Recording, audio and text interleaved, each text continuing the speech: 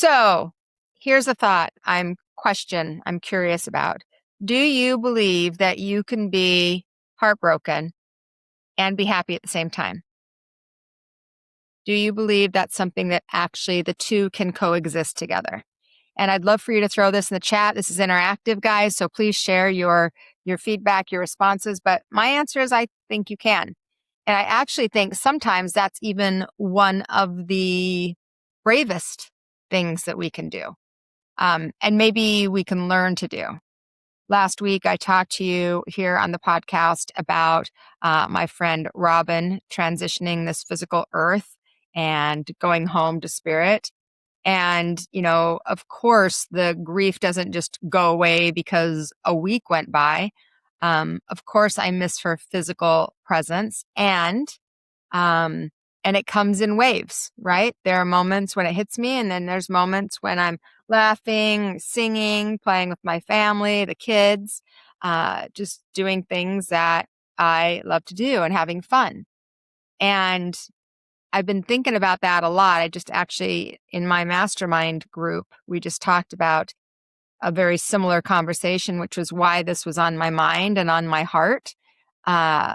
Is because I just dove into this all day yesterday in our online retreat.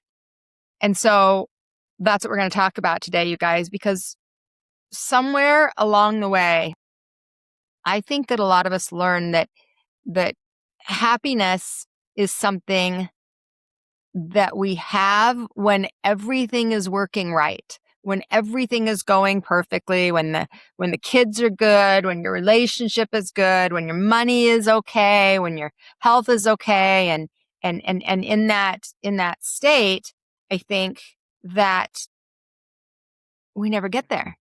Because when is it in your life that all the different aspects, all the things that you might worry about are all going well all at the same time? It's not a common thing. If if everything's going good here, there's oftentimes a challenge here. And it doesn't mean that you couldn't have that. If you do, that's fantastic. Great. But how often does that actually happen in our lives? And so if we think about that, I don't know, probably like not very often, right? Would you agree? Not very often that happens. And so if we're waiting for everything to be good or everything to even just be okay in order to be happy, we're going to spend our entire lives waiting. And that's what I want to talk to you about today. The courage to be happy while you're still living through the hard stuff. So let's get started. So self-service, that's the way. Welcome to SolTalk, shine today. All right, friends, and welcome to Soul Talk, where soul meets real life. I am Sunny Dawn Johnston, and this is a space where we can learn to walk this human experience, sometimes trying human experience, with awareness, presence, and heart. It's where we talk about real things, we talk about spiritual things, and we talk about how they all show up in this thing that we call life. I'm so grateful you're here, and so let's dive in. So the courage to be happy. This is a concept that is based in Adlerian psychology. And there is an idea underneath so much of Adler's work that I love. And it is that we get to participate in what our life becomes. We get to participate. Things happen that we don't choose, right?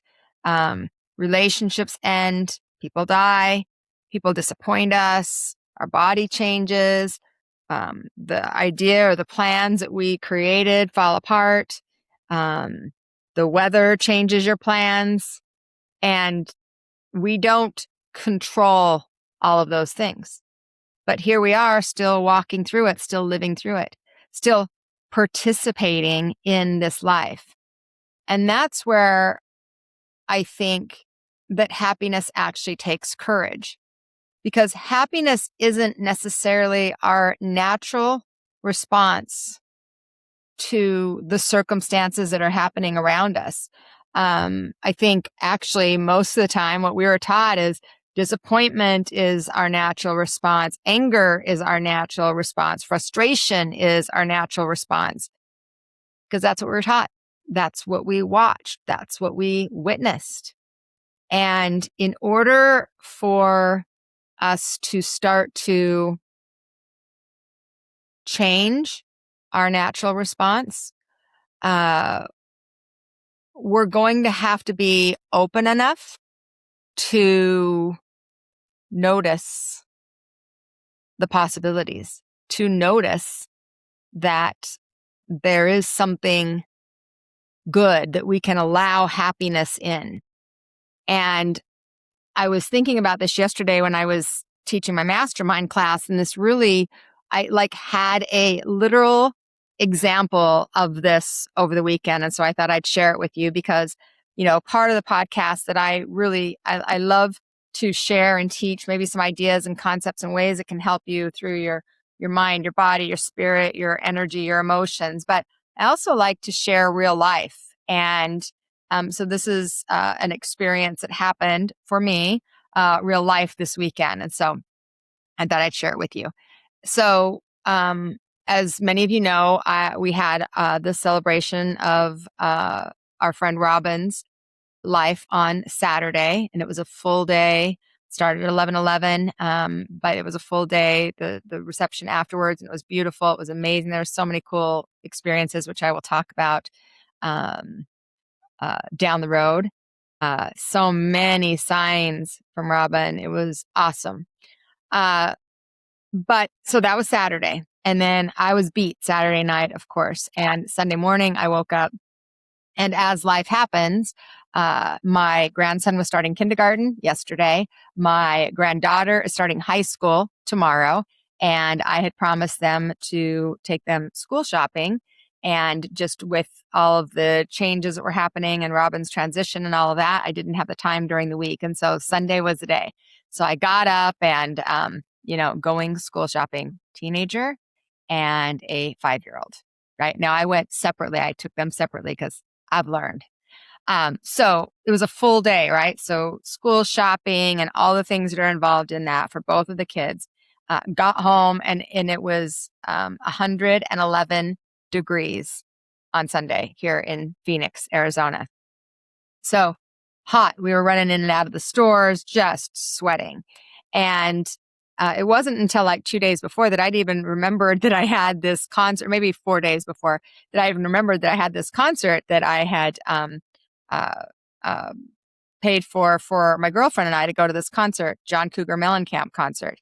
You guys all remember Jack and Diane, Hurt So Good, right? And so I had gotten tickets for her birthday. And then I talked to my son maybe 4 or 5 days before, and he was like, "Oh, that sounds like fun."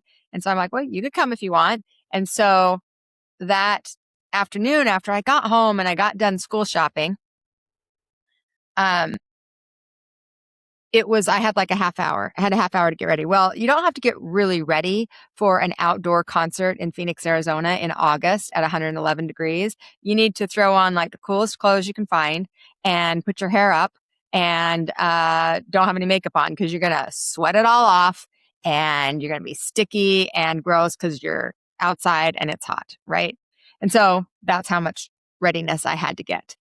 And so we went to dinner, and actually my husband ended up coming too. So there was 4 of us, and we went to dinner and had a great dinner, and then we all drove to the concert together.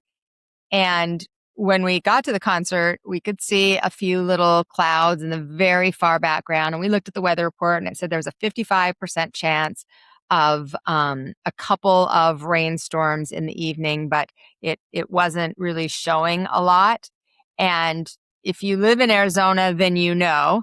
But if you don't live in Arizona, you might not. But it could not show something, and then in an hour, you could be blasted. But most of the time, the storms don't last very long here, especially in Arizona. We just don't get a lot of rain. And so that night we went to the concert. You had to wait in line for like a half hour. So we were just dripping sweat, literally.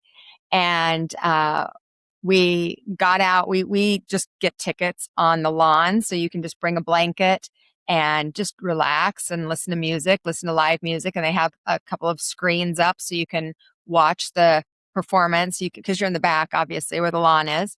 But here's another thing. It's what I would say is it's mostly lawn. It's mostly lawn because it's hard to grow a lawn in Arizona in 111-degree weather. So the bottom half was better lawn, but we were more towards the back, which was more like dirt. But we had blankets, so that was fine. And so we're chilling, hanging out, visiting, talking, catching up, all the stuff. And the concert started late, as they always do. It said 8 p.m. sharp. I don't know about you guys, but my bedtime is 9. So I'm like, oh man, it's going to be a late night. And so 8 p.m. sharp, well, that started at like 8:30. Okay. So the concert started at 8:30, played a couple of songs. Well, after like the first song, the wind started picking up. Now, we actually appreciated the wind picking up because the wind picking up cooled us down a little bit because we were so hot and sweaty. But then the wind picked up more and then more and then more. And then we were getting like pelted by dust, like a big dust storm, a haboob, kind of a combination of a haboob. If any of you have never heard of a haboob, it's like a great big dust storm that kind of covers the valley. I don't know if this one actually qualified as a haboob, but that's how it came in. You could see the dirt. You could just see the dust coming in. And so the dust came in and the wind was probably, I don't know, 30 miles an hour, maybe. So you could feel it, right? But the music's going, it's great, whatever, you know what, who cares? And then it started having just light, little teeny sprinkles of raindrops, which was lovely. Then it cooled us off a little bit. Now we're a little bit muddy, kind of, maybe a little dirty because we got dirt all over our skin, little raindrops, but still, it's okay. It's cool, whatever. Then the rain hits a little bit harder and a little bit harder and a little bit harder. Well, within like, I'd say it happened pretty fast. 5 minutes into the rain, I was dancing in the rain. I was dancing to the song, whatever song he was singing, I can't remember, and dancing in the rain because I've made a decision in my life that I'm going to be happy and I'm going to choose to be happy. And I love to dance. And so anytime that I can dance, and especially if you can dance in the rain, I'm going to dance in the rain. And so I was dancing in the rain. And it was kind of big raindrops at the time. Well, within maybe 4 or 5 minutes, it was bigger raindrops. And then it got a little bit chilly, even though it was like 100 degrees, but the wind was blowing really hard at this time. And it was raining hard at this time. So Angie and I got underneath our little blanket that she had brought. And my husband and my son were behind us, and they were still kind of just being cool because, guys. And within maybe another couple of minutes, it was just like torrential rains, right? And so we're like, oh shit, this is like getting serious. But within 2 more minutes, they said, okay, everybody. So I think they said 6 songs, but I don't remember 6 songs. I think it was maybe 4, maybe 5 songs. But it's about 4 or 5 songs into the concert. They're like, everybody needs to seek shelter.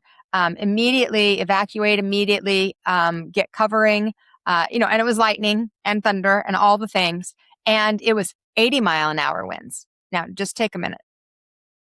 Have any of you ever been outside in a storm with 80-mile-an-hour winds with dust and rain that then turned into hail? And if you haven't, let's imagine for a minute. Can you imagine what that feels like? Like you're just getting little pelts, right? Little pelts. Now, I only felt like maybe for like 30 seconds, little pieces of hail. I'm like, that is a little bit harder than whatever. So by this time, the dirt had turned to mud, and it was like a mudslide down the lawn. And my husband had his shoes off, so he was trying to get his shoes on. So we were trying to get our stuff together. Well, I wear glasses for seeing far away. So I had glasses on. I couldn't see anything because it was raining so hard. My glasses were kind of fogged up. I literally was like I was blind. And I chose to wear flip-flops this day and white shorts. Let's throw in the white shorts too. So we're walking, but y'all know how flip-flops, when you're walking and you go to lift your foot, if you have something like mud, let's say, underneath you, it's like it creates a suction cup. So I couldn't walk hardly at all. I couldn't walk fast. My husband and my son they got ahead of us, and Angie and I were holding on to each other and we're walking, and I'm laughing. It's so funny. Like it's hilarious, you guys. Everybody is trying to get out of there. And lots of people were pissy. They were grumpy. They were mad. They were irritated. They were angry. And I am just laughing and laughing. You know, the grass is soaked. The lawn is gone. It's mud. And, um, and so we get into the mud, and I almost slipped like twice, like literally like bam down, but I didn't. I recovered. Well, kind of. Then we got to the stairs, and where the stairs were there, and there was an older person that was trying to get down the stairs. Well, the stairs, the mud from above where the lawn was coming down the stairs. So now the stairs are completely slippery and they're completely muddy too. I mean, seriously, it was not a real safe situation, right? There's an older person, and I couldn't barely see them because I couldn't see through my glasses. I'd taken my glasses off. I was trying to do this with my eyes so I could see a little bit, and I was going to turn around and hold on to the pole and turn around and try and help them. But when I went to go turn around, my foot slipped and I just landed on my ass right on the stairs. I have white shorts on. So now I have a brown ass. I am laughing so hard I cannot get up. And I guess at that point, my husband and my son realized that we weren't behind them, and they were way down by the concession stands. But luckily, I have a very unique laugh. If any of you know me, you know I have a unique laugh. And so they heard my laugh echoing from way up top. My son came down, and I just couldn't get up. I was laughing so hard I just couldn't get up. And so finally I got myself up. My son comes over, "Mom, what are you doing sitting on the ground?" There's a point to my story, by the way. And so we get down to where the concessions are, and they're telling you, evacuate to your vehicle immediately or seek shelter. The only place to seek shelter was the bathrooms, and the bathrooms were packed. People were crammed in there like sardines. And to what point? Like, the storm was a huge storm. So what are we going to do? Stand in the bathroom for an hour or something? So of course we start walking to our car, and that's when the hail was hitting. So we're walking to our car. The water is up almost to my knees, about 2 inches below my knees. That's how fast the parking lot filled up with water.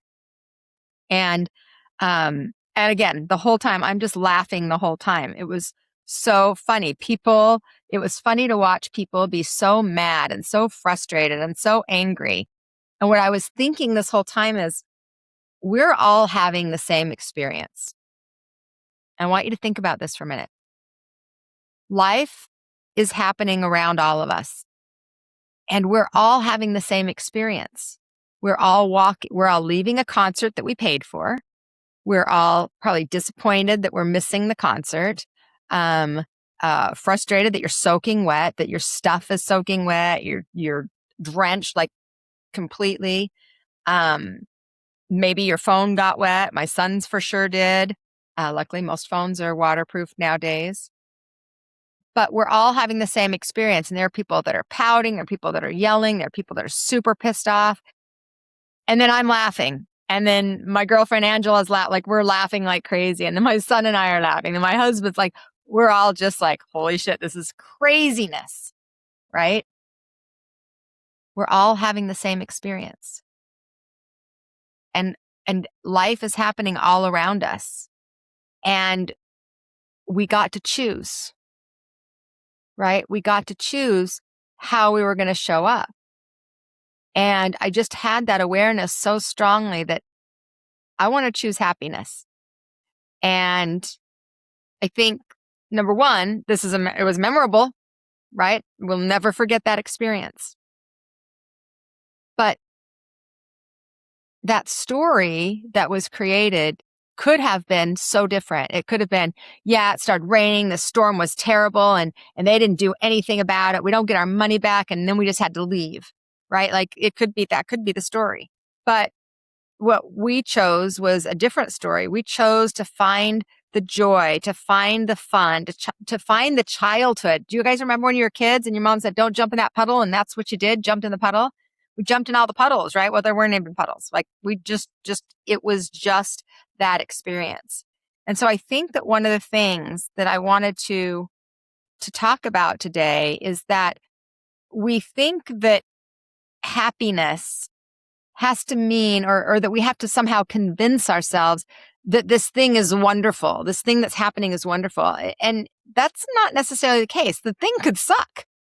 It could be disappointing. You could be angry. You could be frustrated. You could be standing in mud thinking, what the shit? Are you kidding me right now? Right? But at the same time, there could be something that you could look at it from a different perspective, from a different point of view. You could shift your energy and you could allow yourself to find joy. And that was the thing that I noticed that night when I was walking out of there, is that it wasn't pretending that everything was fine, because there's lots of things that weren't fine. But it was choosing to be in the experience and find the joy in life. And so that was the day after my friend's celebration of life. And what I started thinking about is how important it is to recognize that we can be sad, or we can be in pain, or we can hurt in whatever area of life.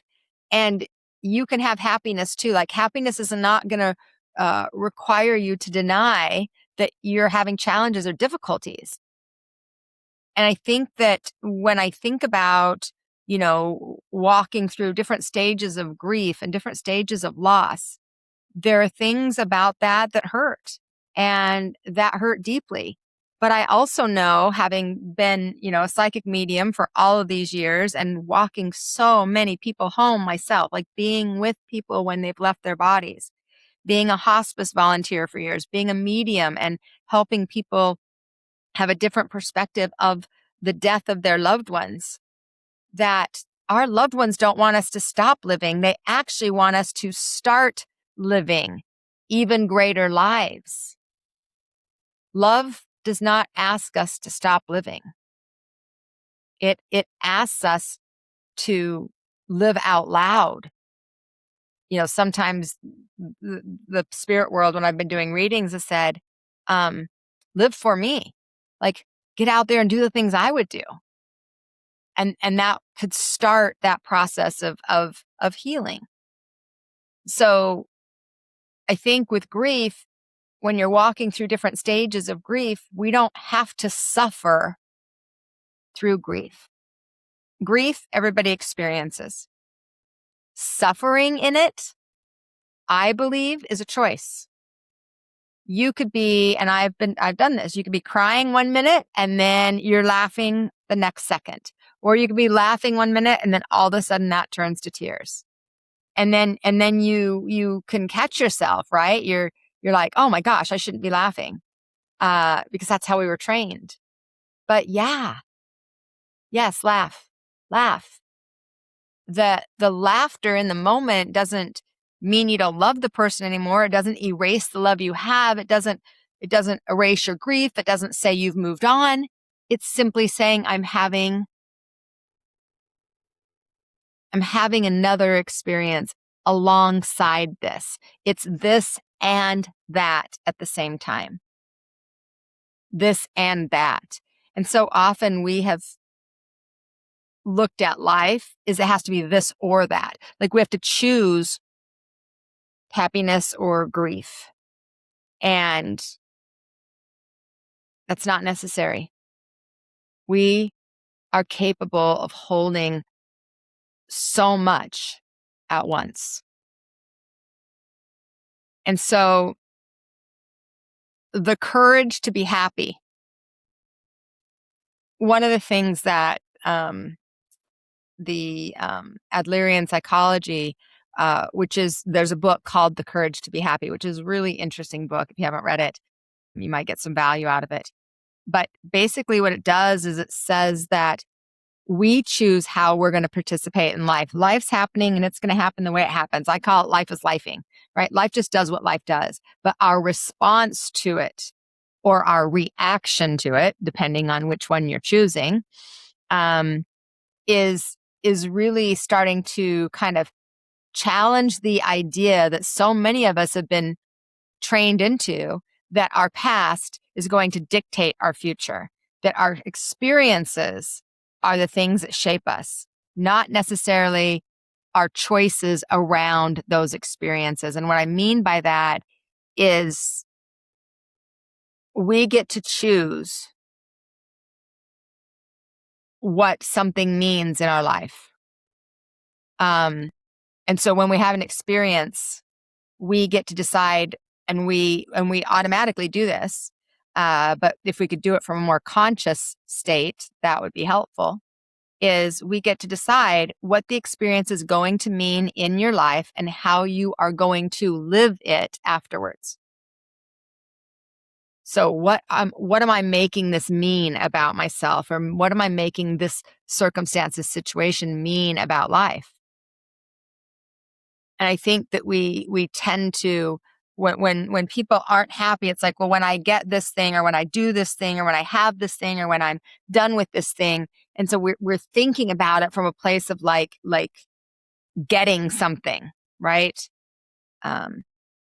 Getting the house, getting the vacation, getting the job, getting the money, whatever that thing is that we're waiting for. And once we get that thing, then we'll be happy.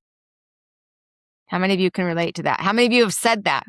Well, when I get to this weight, when I get this amount of money in the bank, when I get, right, like, then I will be happy. Then I will start living. Then I can relax. Then I can, like, bullshit, guys. Come on. How many of you relate to that? If you're watching this right now, throw in that comments. What do you recognize that? And so often when we do that, it keeps us stuck in the lack of happiness, actually. The lack of happiness. So what we could do is start to say, you know what? I'm going to be a rebel.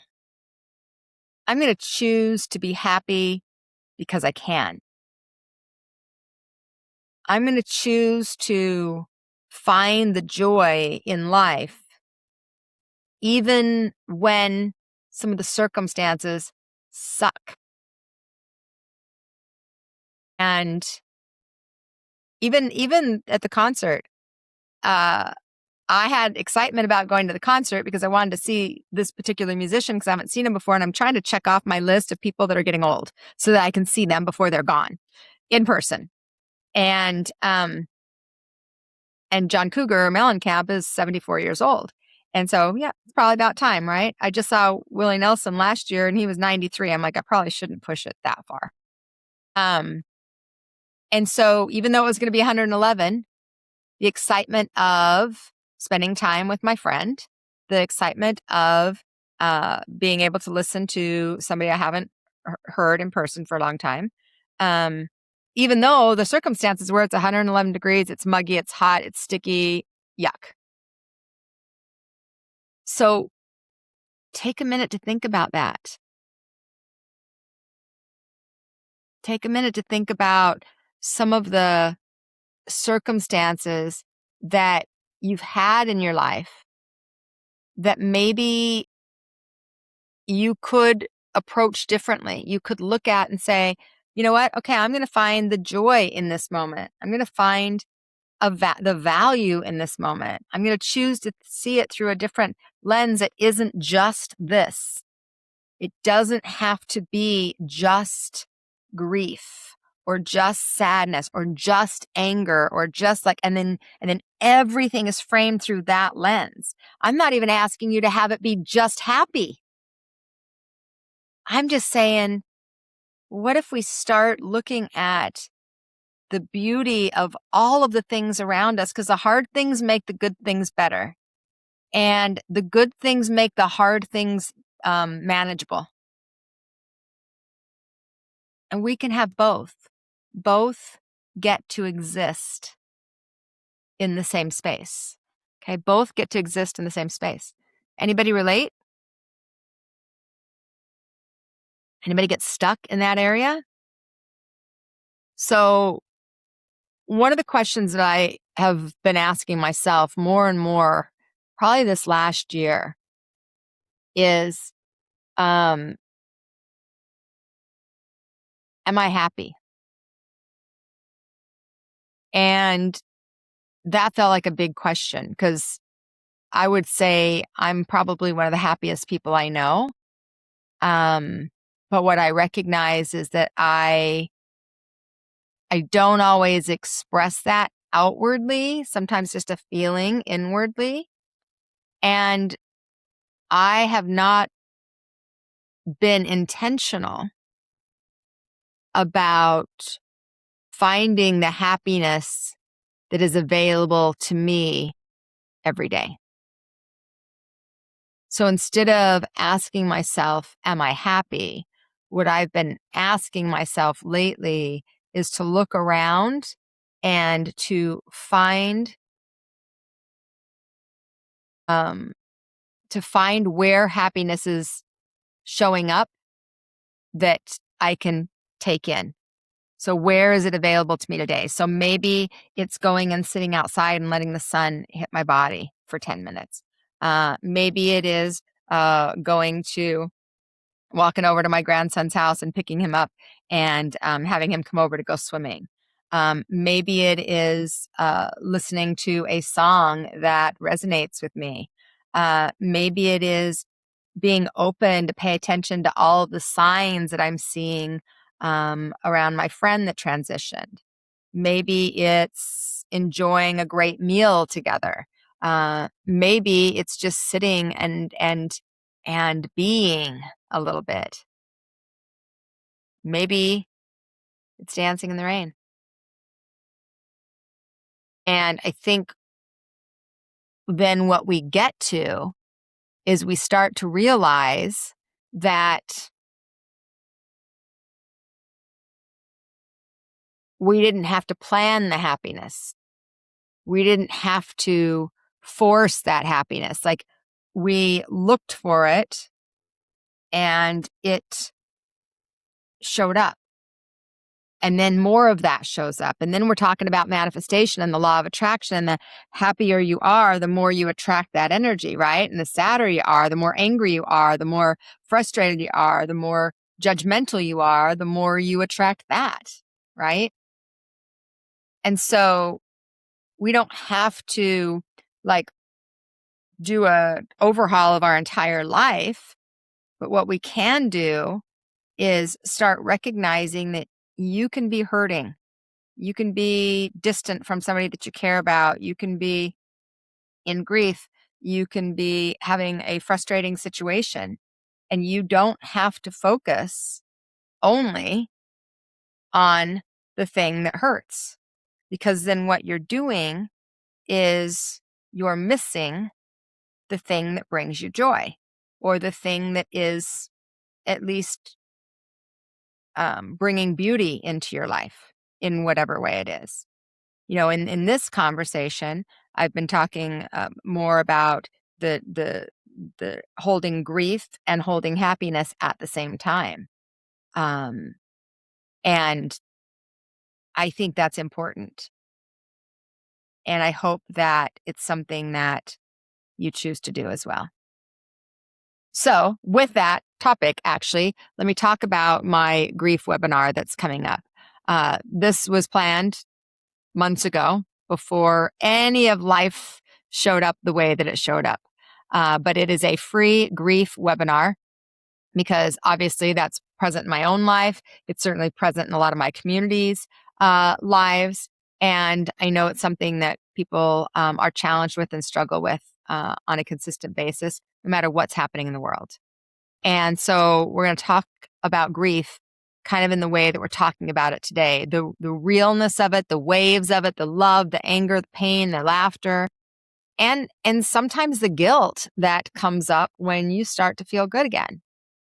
And so we'll be talking about all that and how to allow yourself and to keep yourself in a place of living while also honoring the person that is no longer physical.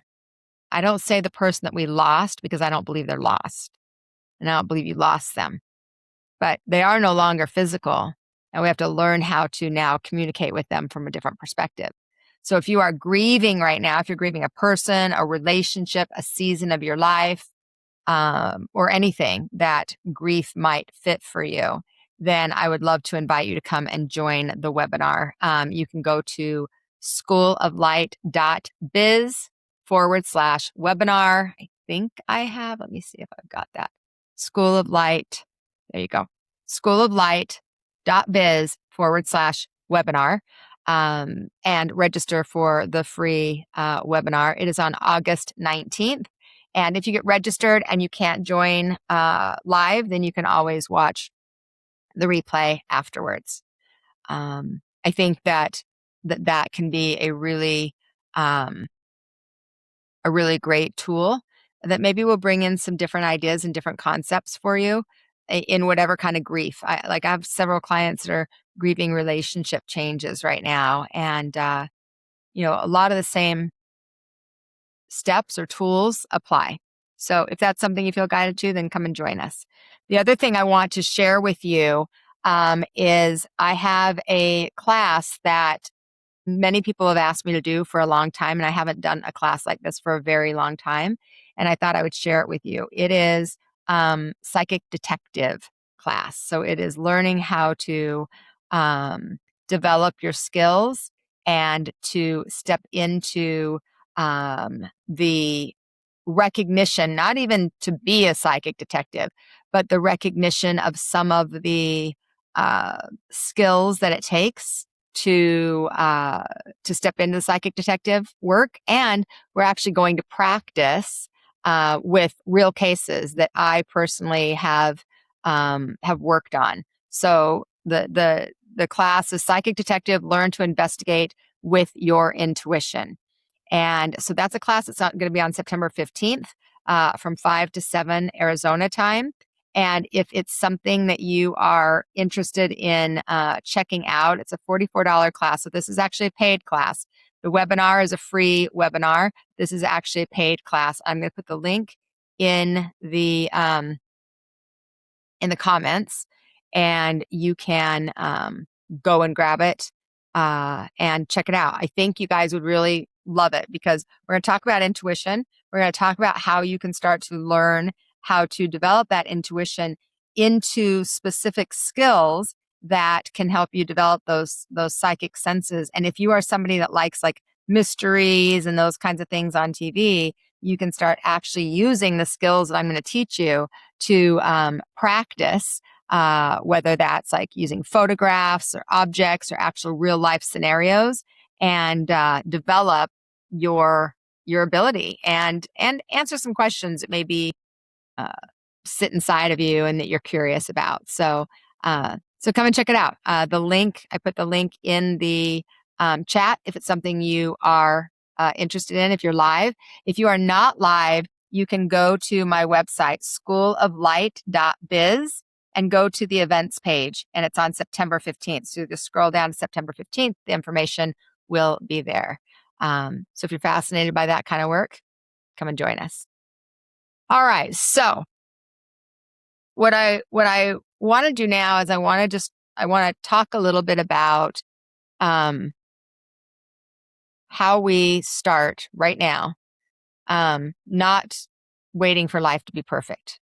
How we start just recognizing and living in whatever is going on in your life and finding the joy. So whether it's something you're navigating or something you're worried about or concerned about, maybe something's changing in your life. Maybe there's something ending and beginning. Ending we struggle with because it's a loss, but then the beginning we're excited about. Or maybe you're excited about the ending, but you're afraid of what the beginning is going to look like. So the courage to be happy is really just simply being able to say, I'm going to laugh, and I'm going to love, and I'm going to live, and I'm going to travel, And I'm going to notice the sunsets and the experiences. I'm going to choose to get excited about things. I'm going to choose to focus on the beauty of the day, even when part of me hurts, even when part of me is sad, even when I don't understand it all. And maybe not even when, maybe especially when, because life is going to life, guys. And what we want to do is start recognizing that life is always going to life, and we get to choose how to respond to it. You get to choose happy if you want.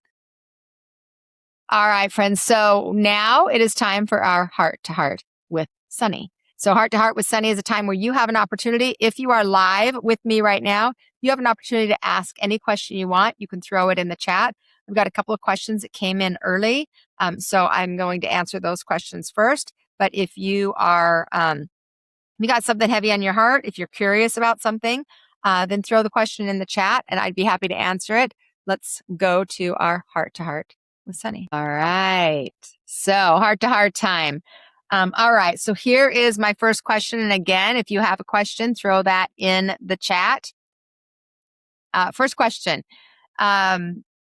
When you receive information psychically, how do you know what you should share and what you should keep to yourself?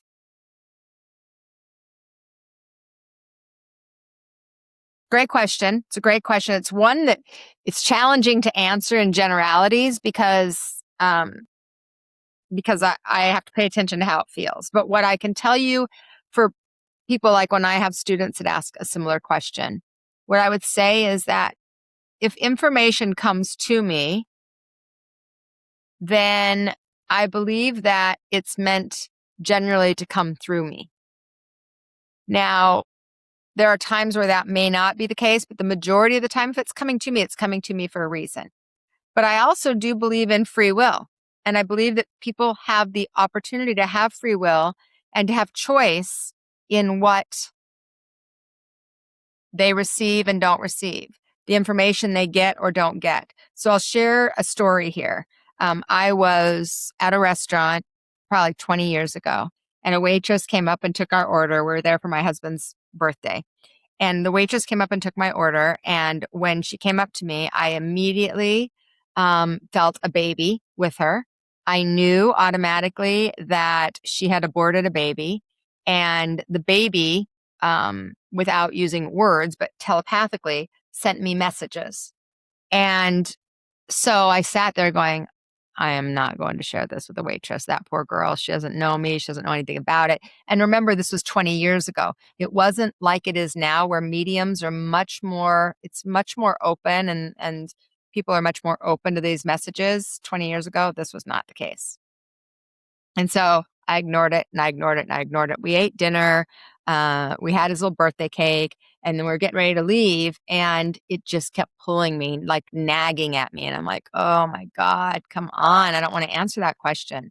I mean, I don't want to share that with her because who knows how she feels, if she's ashamed, if she's guilty, if she's hiding it, if nobody knows, like, and so this is what I did. I went up to her and I said to her, thank you so much for, our lunch. I appreciate you. And I said, I'm a psychic medium. Do you know what that is? And she said, well, kind of. I've kind of heard of that. And I said, well, so kind of, we just sometimes just tap into things and we get messages in random places, kind of like in a restaurant when we have a waitress. And she kind of looked at me and I said, I have a message for you if you would like to receive it. And those words are really important because then what that does is it gives her the opportunity to be able to decide if she wants to receive the information or not. And if she doesn't, then I would have not shared anything. But I did my work, I did my job by offering it to her. And so she said, sure, I guess. And I said, well, there's a baby around you. And I can tell that this baby was miscarried or aborted.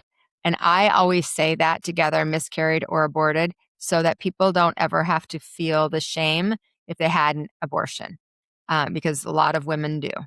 And so I say those two together so they can assign it whatever it was for them. And the baby says that this is that they will be back in I can't remember what the message was exactly, but like they would be back in several years when you are ready, and that there was nothing wrong. Actually, this was about you needing to make sure you chose yourself. And she just started crying, like just poured crying. And and so in circumstances like that, and I've had many of them over my career, I just ask. I ask if they're interested in hearing, and if they're not interested in hearing, then I don't share. And if they are, then I share exactly what I got. So I hope that helps you. Do our loved ones in the past that have passed know what's happening in our lives now? For sure they do. They absolutely can see what's happening. They are present. Our loved ones are here. They're not like up here somewhere. Vibrationally, frequency, they are up here, but they are with us. They are in our experience. And so absolutely they know what's happening in your life. They know that you're struggling, and they know that the wedding is tomorrow, or they know that, yes, absolutely they know. And they also can send you messages and signs so that you can recognize their presence, if you are aware enough to catch them, if you are aware enough to pay attention to them. Okay, so that's a great question as well. And then I got one other question. I'm just going to answer this real quick, and then I see there's one question here in the chat. Do you think everything really happens for a reason? And I do. Yes, I do. Absolutely believe everything happens for a reason. I don't believe that everything happens for the reasons we want. I don't believe that there are things happening that I believe that there are things that are happening that we don't like, but I do think there is purpose behind all things. I think that we get to choose what that purpose is. I mean, we can have an idea that the purpose is because I'm a terrible person and I'm going to be punished all the time, or we can have the idea that the purpose is so that I can learn and grow and expand and heal. And there is purpose behind it all. It's up to you to assign the purpose. So I hope that answers those questions. Okay, let's see. Moving north to Washington or east to Idaho. Allie, I'm not doing readings during these heart to hearts. These are more just like general guidance, general support. If you guys want readings, you can come and join. I do lots of different types of readings for very inexpensive. Tomorrow night I have Spirit Speaks, which is $25 a month, and you can come and get readings there, and we'd love to have you there. But for here, I'm keeping them to general questions that everybody can receive value from. And so she went on to say, I am being targeted and it's hard. So I'll speak to that. If you feel like you are being targeted for whatever reason, whether it's, in a physical way, a mental, emotional, energetic, that is hard. And also, we get to, and we can learn how to maintain our own energy. And what I would encourage you to do if you're being targeted is to not give so much energy to the situation or to the circumstance, but instead create more of a buffer around yourself. Be more mindful of holding your own frequency, not absorbing the energy of the people around you that you feel like are targeting you. So that way it's kind of like you're putting your little shield up so that you don't absorb the energy of those that are around you. And that's something that you can do. Absolutely. Okay. All right, friends. So our time, I'm over on time because we started late today because of technical difficulties, but we got it all worked out. So as we come to a close today, I just want to thank you for being here. I want to thank you for showing up. I want to thank you for your willingness to just stop and take a listen and maybe fill yourself up a little bit. Thank you for choosing awareness in your life. If you if you got value out of this episode, if it supported you today in any kind of way, please take a moment to like, subscribe, share it. If you're on Facebook, please take the moment to follow and share on your social media if you got value out of it.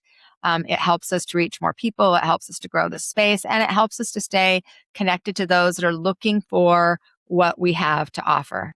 So as I end, what I'd love for you, if you're live and in the chat or in the comments, I would love to hear where today, for you today, the question I've been asking myself, and I'd love for you to answer this for yourself too.